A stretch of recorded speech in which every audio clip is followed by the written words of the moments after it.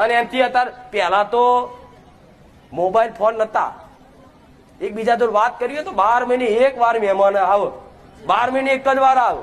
જો સાધનો નતા, જેમ કે 25-25 30 કિલોમીટર 50-50 કિલોમીટર ગાડા લઈને જવું, હેરતું જવું પટેલ, એટલે વાર લાગે. એટલે 12 મહિને એક જ વાર તહેવાર એ પ્રસંગે જ મળવાનું.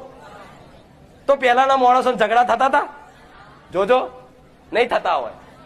પણ આજે તો મોબાઈલ નો જમાનો આવી ગયો. સીધો ફોન કર્યો, શું કરો છો મમ્મી? એટલે મમ્મી તો કે આમ કહેતી હતી, પેલી આમ કહેતી હતી, તારા વિશે આમ કહેતી હતી, તને આટલા જ ઘરેણા લઈ આલ્યા, તને આટલો દોરો લઈ આલ્યો, આ તે ફલાણું ઢેકણું એમ કરીને ચડાવ, એટલે પેલીનું મોડું ફૂલી જાય અને ઘરમાં પેલા એના ઘરવાળા જોડે બાજે અને ઘરવાળા ચડાવ અને ઘરવાળા એની મા બાપ ને એની હાહુ ને બોલે. આ શું ખોટું? એટલે આ માયારૂપી મહેમાન આવે ને, મહેમાન માયારૂપી ભૂત બની, ડાકણો બની, ચુડેલ બની, તો ઓળખવાની કે આ ચુડેલ છે, ધ્યાન રાખજો.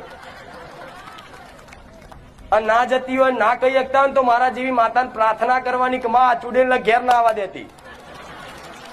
તમારા ઘરમાં કકરાટ બંધ કરવા છે ને, બધા દેવ કરે કકરાટ એવું જરૂરી નહીં. મેં પેલા રવિવાર કીધું ને કંકાસ થતા હોય તો એનું કારણ આ હોય, પણ હું એવું કઉ છું કે અમુક કંકાસ આ કારણથી થતા હોય, સ્વભાવના કારણથી થતા હોય, નિંદા વેરઝેરના કારણથી થતા હોય. એટલે આ માયારૂપી મહેમાન આવે ને તમારે ઘેર તો ધ્યાન રાખવાનું. કોઈ કે ને કે આમ કીધું તો પેલા હોંભર્યું હોય ને તો જ બોલવાનું. કોકે કીધું મોની લીધું ડાયરેક્ટ તમે વિરોધ ચાલુ કરી દીધો, એ બહુ મોટી તરાર પડે. એમ કરતા કરતા દેરોણી જેઠવાણી કદાચ શરૂઆત થાય ને, શરૂઆત થતી થતી એટલી મોટી થાય ને, પછી ભાઈઓને લડવું પડે ને જુદા પડવું પડે. અને ભાઈઓના કારણે બાપને